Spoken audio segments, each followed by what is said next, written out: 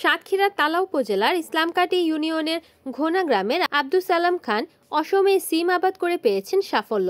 তিনি জানান, তেতুলিয়া এলাকায় ৩ বিঘা জমি হাড়ি নিয়ে আগাম জাতের সিম আবাদ করেছেন। জমি প্রস্তুত, সার ও কীটনাশক সহ খরচ হয়েছে প্রায় ৪ লাখ টাকা।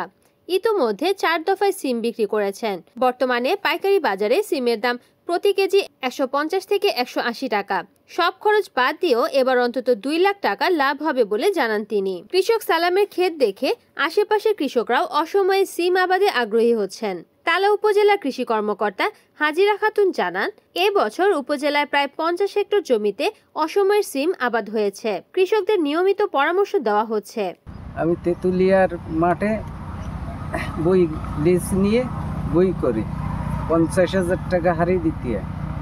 এর পিছনে ৩ বিঘা ভুঁইতে ৪ লাখ টাকা খরচ হয়। আর এই যে কিছু লাভবান হই, খরচ খরচা করে জমি কিছু খাটাই। কেমন লাভ হয়? লাভের আশায় 1,২ টাকা সবাই দিতে হয়। এবছর কি অবস্থা? এবছর অবস্থা খুব ভালো। সিম ওঠানো শুরু করেছেন তো? হ্যাঁ। কত বেচতেছেন এখন? এখন বেচতে 150 টাকা কেজি। প্রতি কেজি 150। এইখান থেকে নিয়ে যায় না? 18 মাইলের থেকে নিয়ে যায় ব্যাপারীরা। কত বছর ধরে করতেছেন এবার? আমি 8 বছর ধরে করছি সিমেন্ট চাষ। এইখানে কত বছর হতো? এখানে এরকম 8 বছর। তাহলে তো অনেক। ইনশাআল্লাহ এতে তো লাভবান হয়। এতে আমি লাভবান হয়েছি। আর সরকারিভাবে কোনো সহযোগিতা পান কৃষি অফিস থেকে? না, আমি কৃষক অফিসে কোনো সহযোগিতাই পাইনি।